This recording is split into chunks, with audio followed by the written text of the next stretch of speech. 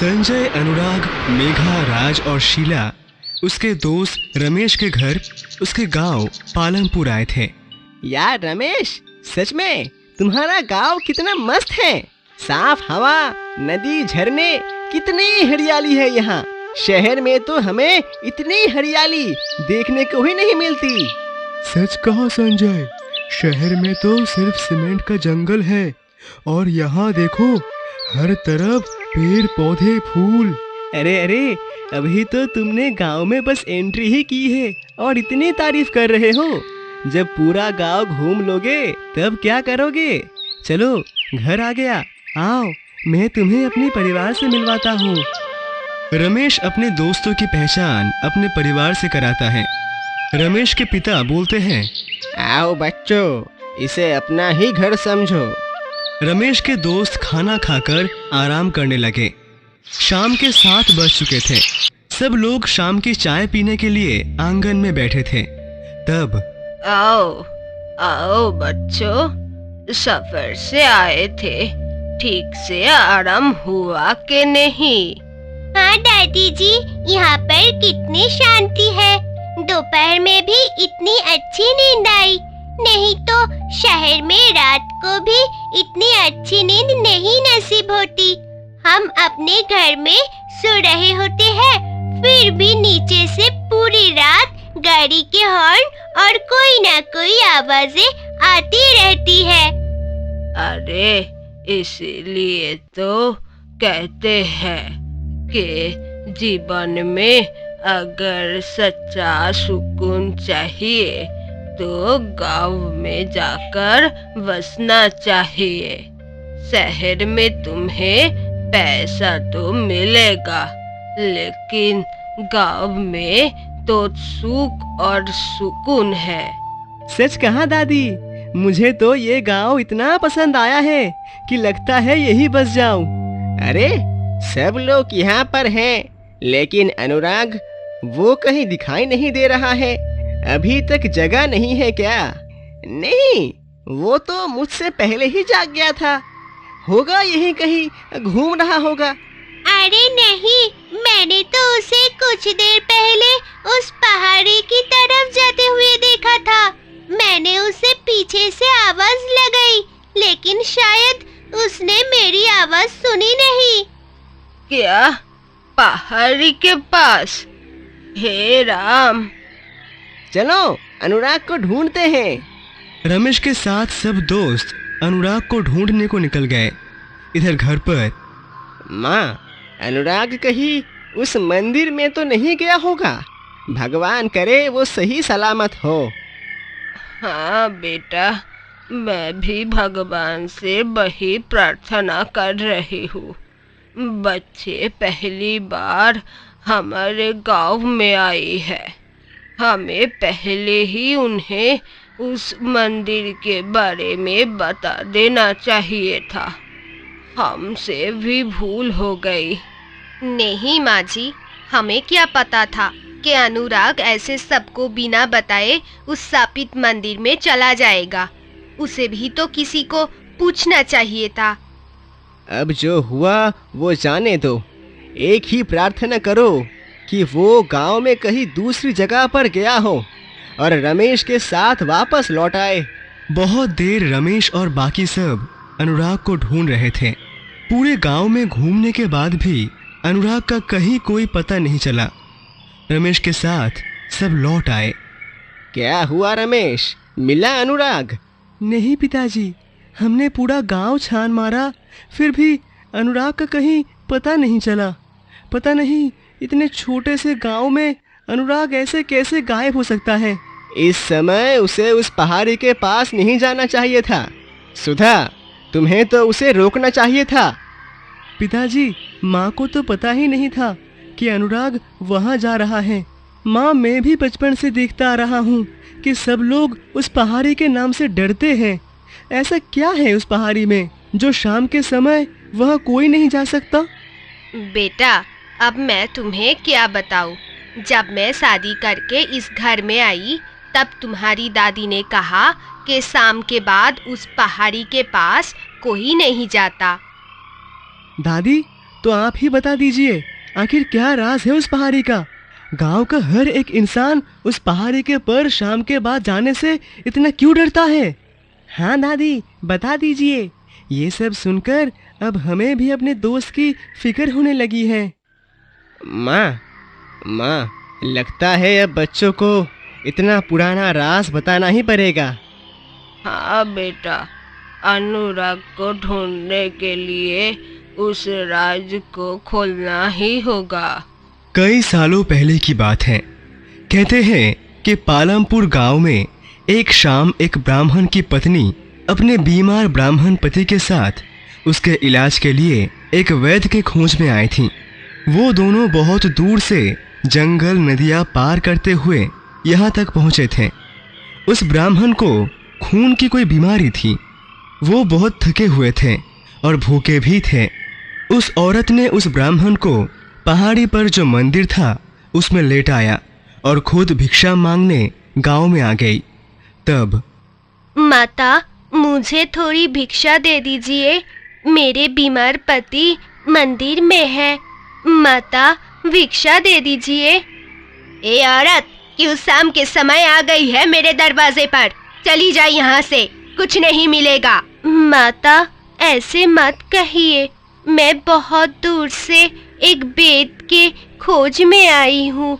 अब हो सके तो उस वेद जी का पता भी मुझे बताइए। अरे कहाँ न जा यहाँ से, कोई वैद नहीं है इस गांव में। चली जा, पता नहीं आ जाते हैं कहाँ कहाँ से। पूरे गांव में घूमने के बाद भी किसी ने भी उसे भिक्षा नहीं दी। उस औरत ने लोगों से हाथ जोड़कर विनती कर रही थी कि उसके बीमार पति का इलाज करने के लिए उसकी कोई मदद करे, लेकिन सबने उसके मुंह पर दरवाज़ा बंद कर दिया। निराश होकर वो ब्राह्मण पत्नी मंदिर में लौट आए। उसे ना तो खाना मिला और ना बीमार पति के इलाज के लिए मदद। कुछ देर के बाद भूख और बीमारी के चलते उस ब्राह्मण की उस मंदिर में ही मौत हो गई। अपने पति का मृतदेह देखकर ब्राह्मण की पत्नी क्रोध और दुख से भर गए। उसने गांव वालों को श्राप दिया। हे ईश्वर, मेरे पति ने आज तक आपकी वर्षों तक तपस्या की थी और उसी तपस्या का आधा पुण्य उन्होंने मुझे दिया था। उसी पुण्य को आधार बनाकर मैं इन सभी पालमपुर वासियों को श्राप देती हूँ कि जिस तरह इन सब की दिल पत्थर की है, इनकी दिल में इंसानियत नहीं है, उसी प्रकार जब भी ये आपके मंदिर में माथा टेकने के लिए आएंगे, ये पत्थर के बन जाएंगे। ऐसा कहकर अपने पति के देहांत के गम में उस ब्राह्मण स्त्री ने पहाड़ी से कूदकर अपनी जान दे दी। उस दिन के बाद जो कोई भी उस मंदिर में जाता वो पत्थर की मूरत में बदल जाता है। धीरे धीरे ये बात गांव में फैल गई और गांव वालों ने भी पहाड़ी के पास जाना छोड़ दिया। बाप रे, मतलब अब अनुराग भी पत्थर की मूरत बन गया होगा। लेकिन अगर सच में ऐसा हुआ होगा तो हम उसे वापस कैसे लाएंगे? और अगर वो वापस नहीं आया तो उसके घर वालों को हम क्या जवाब देंगे? दादी, उस ब्राह्मण के पत्नी के श्राप का कभी किसी ने कोई तोड़ नहीं निकाला? नहीं बेटा, उस बारे में तो कुछ नहीं पता। दादी, मेरे दादी के एक गुरु है, बहुत बड़े ज्ञानी है। उन्होंने कई सालों तक हिमालय में तपस्या की है। दादी कहती है कि उन्हें भूत, वर्तमान और भविष्य तीनों का ज्ञान है। अगर उन्हें यहाँ बुला लिया जाए तो शायद वो कुछ बता सके। हाँ, ये हो सकता है। तुम अपने दादी से बात कर लो, देखते हैं क्या होता है। शीला ने अपने दादी से बात की। 2 दिनों के बाद शीला की दादी उन तपस्वी गुरु को रमेश के गांव लेकर आए। तपस्वी जी गांव के बीचों बीच एक जगह पर बैठ गए। सारे गांव वालों उनके इर्द गिर्द खड़े थे। तपस्वी जी ध्यान लगाकर बैठे हुए थे। थोड़ी देर के बाद उन्होंने कहा, कई सालों पहले इस गांव के लोगों को ब्राह्मण स्त्री ने जो श्राप दिया था उसका तोड़ मुझे मिल गया है। जिस जगह पर उन दोनों ने अपने प्राण गंवाए थे उसी जगह पर उन दोनों का श्राद्ध कर्म किया जाए तो उस स्त्री के श्राप का निवारण हो सकता है। तपस्वी जी, अगर सच में ऐसा हो गया तो हमारा अनुराग वापस आ जाएगा। मैं आपसे अनुरोध करता हूँ कि आप जल्दी ही उनके श्राद्ध कर्म करवा दीजिए। हाँ, मैं जरूर करूँगा, लेकिन ये श्राप निवारण श्राद्ध कर्म है। इसके लिए कुछ विशेष वस्तुओं की आवश्यकता होगी। ये श्राद्ध लगातार 3 दिनों तक चलेगा। साथ ही 101 ब्राह्मणों को भी उस श्राद्ध में शामिल करना पड़ेगा और उन्हें दान दक्षिणा भी देनी होगी। उसकी के साथ आने 1 सप्ताह तक उन्हें और उनके परिवार को भोजन देना होगा। क्या इस सब की व्यवस्था होगी? तपस्वी जी, आप श्राद्ध की तैयारी शुरू कीजिए। मैं सब गांव वालों के साथ मिलकर बाकी की सारी व्यवस्था कर दूंगा। किसी भी तरह से पहाड़ी वाला वो मंदिर श्राप मुक्त हो जाना चाहिए। आपके आशीर्वाद से हम सब गांव वालों के जितने भी परिजन पत्थर बन गए हैं वो लौट आएंगे तो हम पर आपकी बड़ी कृपा हो। अगले ही दिन से तपस्वी जी अपने कुछ शिष्यों के साथ उस शापित मंदिर में चले गए। उनकी तपस्या के प्रभाव से उन पर श्राप का कोई असर नहीं हुआ। मंदिर के बाहर बड़े मैदान में भैरव और बाकी सब ने ब्राह्मण भोज की व्यवस्था की। तपस्वी जी ने 3 दिनों तक श्राद्ध के विधि किए। 1 सप्ताह तक ब्राह्मणों को भोजन दिया गया। सारे ब्राह्मण तृप्त होकर अपने अपने गांव लौट गए। पालमपुर वासियों, 3 दिन के हवन और 1 सप्ताह के ब्राह्मण भोज के बाद आज ये मंदिर उस ब्राह्मण स्त्री के श्राप से सदा के लिए मुक्त हो गया है। लेकिन आप सभी ग्रामवासी इस बात को याद रखना कि कभी भी अपने द्वार पर आए हुए भूखों को खाली पेट नहीं भेजना चाहिए। अगर कोई मदद के लिए हमसे गुहार लगाए तो हमसे जितनी बन पड़े उतनी मदद करनी चाहिए। किसी भी पीड़ित की मदद करके हमें पुण्य मिलता है। उस पीड़ित का हृदय हमें आशीर्वाद देता है। लेकिन अगर किसी पीड़ित ने हृदय से हमें कोई श्राप दिया तो वो कभी खाली नहीं जाता। उसी का उदाहरण था उस ब्राह्मणी का श्राप। आपका कथन एकदम सही है तपस्वी जी। आज के बाद हम कभी भी किसी पीड़ित को यहाँ से खाली हाथ नहीं भेजेंगे। मैं आपको वचन देता हूँ। उसके बाद उस ब्राह्मण स्त्री के श्राप का नाश हुआ और पत्थर के बने मूर्ति में से इंसान बाहर आ गए। अनुराग को देखकर उसके सारे दोस्त खुश हो गए। तपस्वी जी के आशीर्वाद से पालमपुरवासी हमेशा के लिए श्राप मुक्त हो गए। माला की तबीयत कुछ ठीक नहीं थी। सुबह से ही उसे बुखार था। वो अपने कमरे में सो रही थी। तभी अरे ओ करमजली, अभी तक उठी नहीं क्या? अरे कितने काम है और ये महारानी सो रही है। देखो ना माँ, भाभी ने तो आज चाय नाश्ता भी नहीं बनाया है। सासू माँ, वो आज मेरी तबीयत ठीक नहीं है। सुबह से बुखार है। हो गए इसके नाटक शुरू। घर के काम ना करने पड़े इसलिए कोई ना कोई बहाने बनाती रहती है। हाँ नहीं सासू माँ, मैं सच कह रही हूँ। झूठ मत बोल करमजली। किसी एक काम की नहीं है तू। ना तो शादी के वक्त दहेज लेकर आई और ना ही इतने सालों में हमें पोते का मुंह दिखाया। इतने साल हो गए तुम्हारी शादी को, एक बच्चा तो नहीं हो रहा तुझे। बांझ कहीं। सासू माँ, मुझे बांझ मत कहिए। मैं भी बच्चे के लिए तरस रही हूँ। अपने बेटे का भी तो आप जांच कराए। कमी मुझ में ही हो ये जरूरी तो नहीं। क्या कहा तुमने? मेरे बेटे को दोष दे रही है? अभी तुझे मजा चखाती हूँ। मेघा, वो छड़ी तो लाना जरा। मेघा छड़ी लेकर आई और शालू उस छड़ी से माला को मारने लगी। सुजय सब देख रहा था, लेकिन वो बिना कुछ बोले अपने फैक्ट्री में चला गया। दरअसल सुजय को मालूम था कि कमी उसमें ही है, लेकिन सबके सामने मानने में उसका अहम आड़े आ रहा था। शालू ने माला की खूब पिटाई की। शालू को माला वैसे भी पसंद नहीं थी। वो रोज उसे मारती रहती थी। एक दिन माँ, इस माला को घर से बाहर करना होगा। हाँ बेटा, लेकिन कैसे? रोज तो उसे इतना मारती हूँ, लेकिन वो माला की बच्ची छोड़कर जाने के नाम ही नहीं ले रही है। अब हमें ही उसे इस घर से भगाना होगा। उसे चाय लेकर बुलाती हूँ, तू अपना पैर बीच में डाल देना, फिर देखना मजा। शालू ने माला को चाय लेकर बुलाया। माला शालू को चाय दे ही रही थी कि तभी मेघा ने अपना पैर बीच में डाल दिया और इसी वजह से शालू के हाथ पर चाय गिर गई। हाय, मर गई रे! इतनी गर्म चाय गिरा दी मेरे हाथ पर। हाय हाय। सासू माँ, मुझे माफ कर दीजिए, गलती से गिर गई। अरे क्या गलती से? मेरा हाथ तो जल गया ना।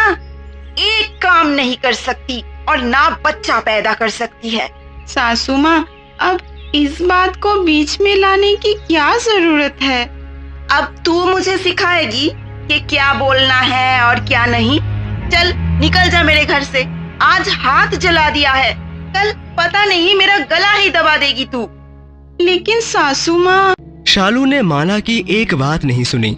शालू ने माला को मार मार कर घर से बाहर निकाल दिया।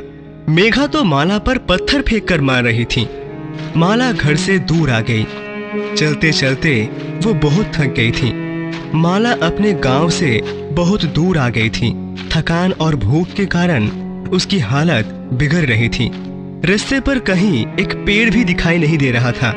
माला खुद से बात करने लगी। अरे पहले तो यहाँ पर कितने पेड़ हुआ करते थे, लेकिन अब तो यहाँ एक भी पेड़ नहीं है। लकड़ी की फैक्ट्री वालों ने सभी पेड़ों को काट दिया होगा। माला ऐसे ही आगे जा रही थी। कुछ दूरी पर उसे अमरूद का एक पेड़ दिखाई दिया। माला ने अमरूद तोड़े और वही बैठकर खा ही रही थी कि तभी, बेटी, तुम्हारे पास कुछ खाने को है? मुझे बहुत भूख लगी है। हाँ बाबा जी, ये लीजिए, अमरूद खा लीजिए। माला ने बाबा जी को वो अमरूद दे दिए। बाबा जी अमरूद खाकर तृप्त हो गए। फिर, बेटी, आज तुमने मुझे खाना खिलाकर तृप्त कर दिया है। सच में तुम बहुत ही अच्छी हो, लेकिन इस समय तुम इतनी सुनसान जगह पर क्या कर रही हो बेटी? माला ने अपनी पूरी कहानी बाबा जी को बताई। बेटी, आज तुमने मेरी मदद की है, इसीलिए मैं तुम्हें 3 वरदान देना चाहता हूँ। नहीं बाबा जी, मैंने किसी वरदान के लालच में आपकी मदद नहीं की है। जानता हूँ बेटी, लेकिन मैं तुम्हें वरदान देना चाहता हूँ। बाबा जी, कोई भी जब मुझे मारने के लिए हाथ उठाए तो उसे तेज झटका लगे, जैसे बिजली का लगता है, ताकि अब मुझे मार ना खानी पड़े। और बाबा जी, मेरी ननद ने मुझे पत्थर मारे थे। अब की बार अगर कोई मुझे पत्थर मारे तो वो पत्थर उसे ही जाकर लगे और मुझे चांदी के सिक्के मिले। और सबसे जरूरी बात, बाबा जी, यहाँ पहले बहुत बड़े बड़े पेड़ हुआ करते थे, बड़ा जंगल था, लेकिन गांव में मेरे पति की लकड़ी काटने की फैक्ट्री है। उसके लिए बहुत पेड़ों को काटा गया है। पेड़ काटना प्रकृति के लिए सही नहीं है। मैं चाहती हूँ कि जब कोई एक पेड़ काटे तो वहाँ पर 2 पेड़ उग जाए। तुम सच में बहुत ही अच्छी हो बेटी। ऐसी हालत में भी तुम इस प्रकृति के बारे में इतना सोचती हो। मैं तुम्हें वरदान देता हूँ कि तुमने मांगी हुई 3 चीजें पूरी हो जाए।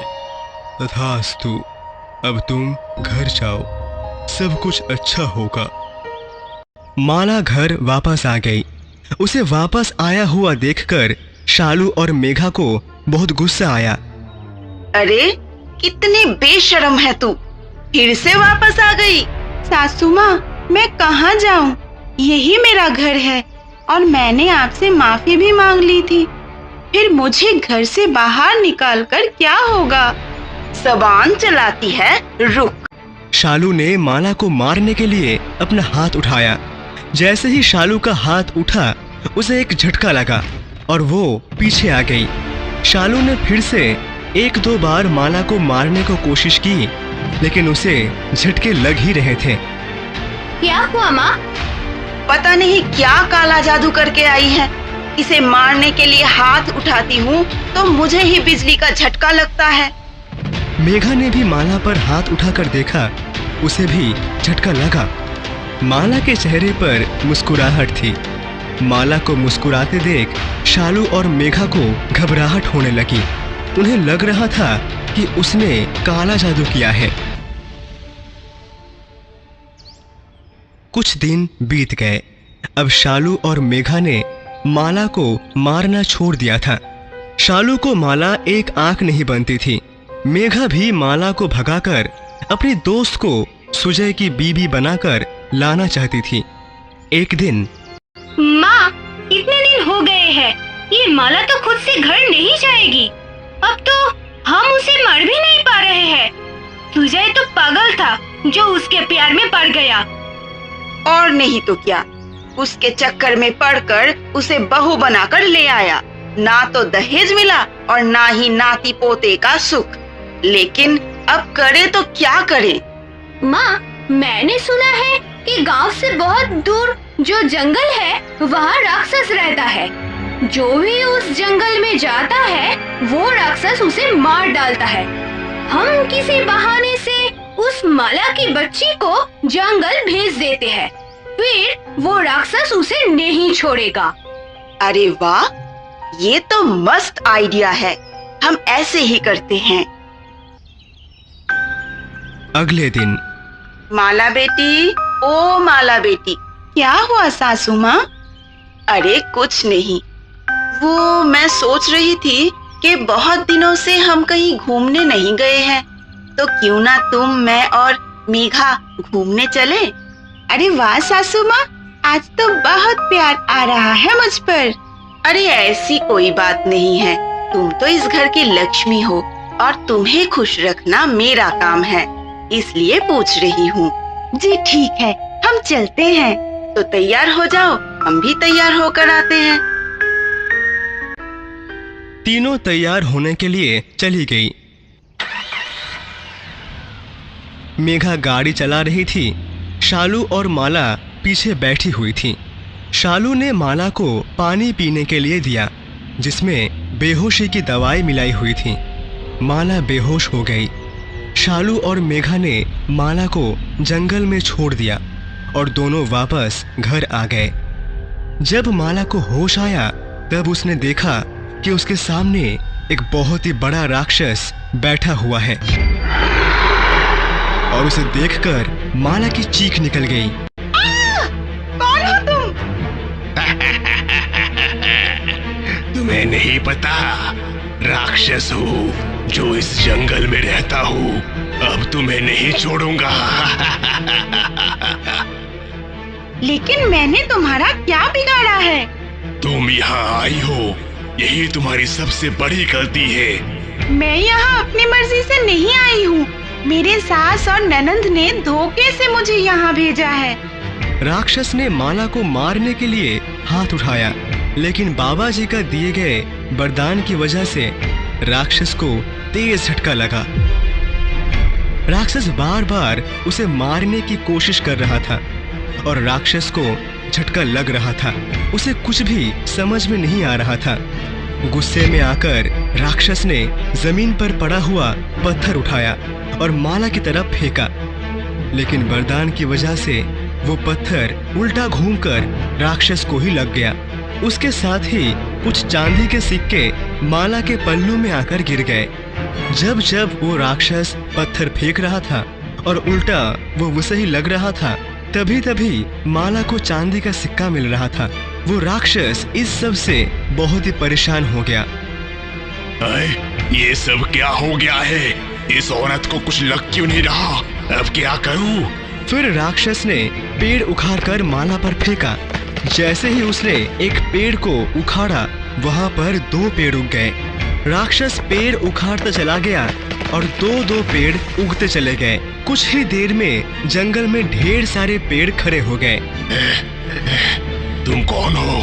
तुम कौन हो? और ये सब क्या हो रहा है? आज से पहले एक भी इंसान मेरे सामने खड़ा भी नहीं हो पाता, और आज ये सब कैसे हो रहा है? मेरे पास बाबा जी ने दिए हुए 3 वरदान है। उसी वरदान के आशीर्वाद से तुम मेरा कुछ नहीं बिगाड़ पा रहे हो। मुझे एक बात बताओ, तुम इंसानों को परेशान क्यों करते हो? मैं नहीं परेशान करता, परेशान तो इंसान करते हैं मुझे। ये जंगल मेरा घर है। कई सालों से मैं यहाँ पर रह रहा हूँ। पहले ये जंगल बहुत ही घना हुआ करता था, लेकिन इंसानों ने पेड़ काट काट कर इस जंगल को बंजर बना दिया। मेरे जैसे कई जीव इस जंगल को अपना घर मानते थे, लेकिन ये पेड़ काटने के बाद उन्हें ये जंगल छोड़कर दूर जाना पड़ा।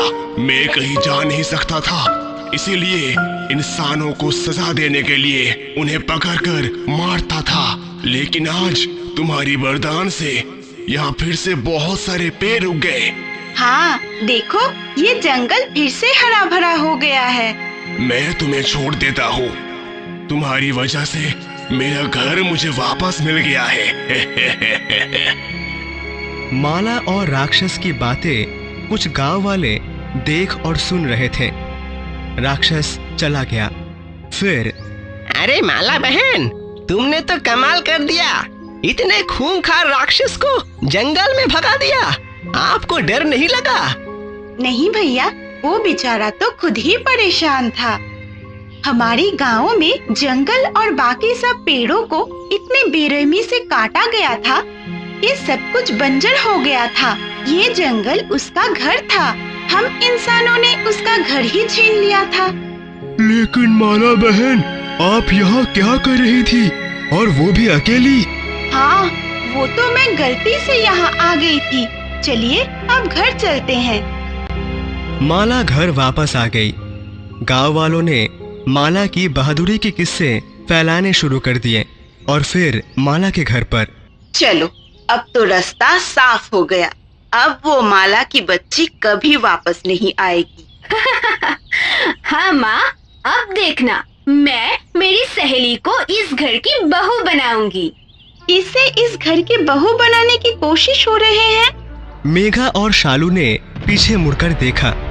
सुजय के साथ माला को देखकर फिर से दोनों चौंक गए। ये माला, ये वापस कैसे आ गई? ये इंसान है या कोई डायन? मैं तो इंसान ही हूँ सासू माँ। आप कितनी भी कोशिश कर लीजिए, लेकिन मैं इस घर से कहीं नहीं जाऊंगी। कहा था ना मैंने। माँ, ये बड़बड़ वापस कैसे आ जाती है? माँ, आप मेरी दूसरी शादी कराने की इतनी प्लानिंग जो कर रही हैं, लेकिन जरा बाहर जाकर देखिए, मेरी माला की बहादुरी की चर्चे पूरे गांव में हो रहे हैं। कैसी बहादुरी? फिर माला ने बाबा जी ने दिए हुए वरदान और जंगल में मिले राक्षस के बारे में सबको बताया। फिर माँ, मैं कितने महीनों से देख रहा था आप दोनों माला को कितना परेशान कर रही थी। सिर्फ ताने ही नहीं, आप तो उसे छड़ी से मारती थी, और तो और आपने तो उसे 2-2 बार घर से बाहर निकाल दिया। उसे उस जंगल में राक्षस के हाथों मरने के लिए छोड़ दिया। क्यों? ताकि आपको लगता है कि ये बाज है, इसे बच्चा नहीं हो सकता। तो सुन लीजिए माँ, कमी माला में नहीं, मुझ में है। मैंने डॉक्टर से अपने जांच कराए हैं। उन्होंने कहा है कि दवाइयों से शायद मुझे बच्चा हो सकता है, लेकिन ये बात आपको बताने में मुझे झिझक हो रही थी, इसीलिए मैं चुप था। सुजय की बातें सुनकर शालू को शर्म आने लगी। उसने माला से माफी मांगी। मेघा भी शर्मिंदा थी। बाबा जी के वरदान फलीभूत ये और माला अपनी सास की लाडली हो गई।